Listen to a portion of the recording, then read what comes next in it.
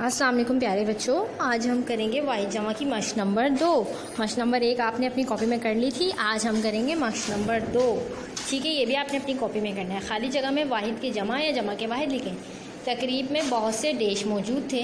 कारी, ठीक है, कारी वाहिद है तो कारी की जमा क्या होगी? कारीन। ठीक है, शारा फैसल पर देश हो गया हादसात। ठीक है, हादसात जमा है और हादसा वाहिद, तो यहाँ क्या आएगा? साजिद ने बहुत से डरावने देश सुनाए। वाक़या वाहिद है और वाक़यात जमा है। ठीक है, तो आपने बताना है देश में क्या आएगा, वाक़या या वाक़यात। हर काम देश पर करो, औकात या वक्त। ठीक है, अपनी पढ़ाई पर तवज्जो दो, देश करीब है। इम्तिहान या इम्तिहानात। इम्तिहान क्या है?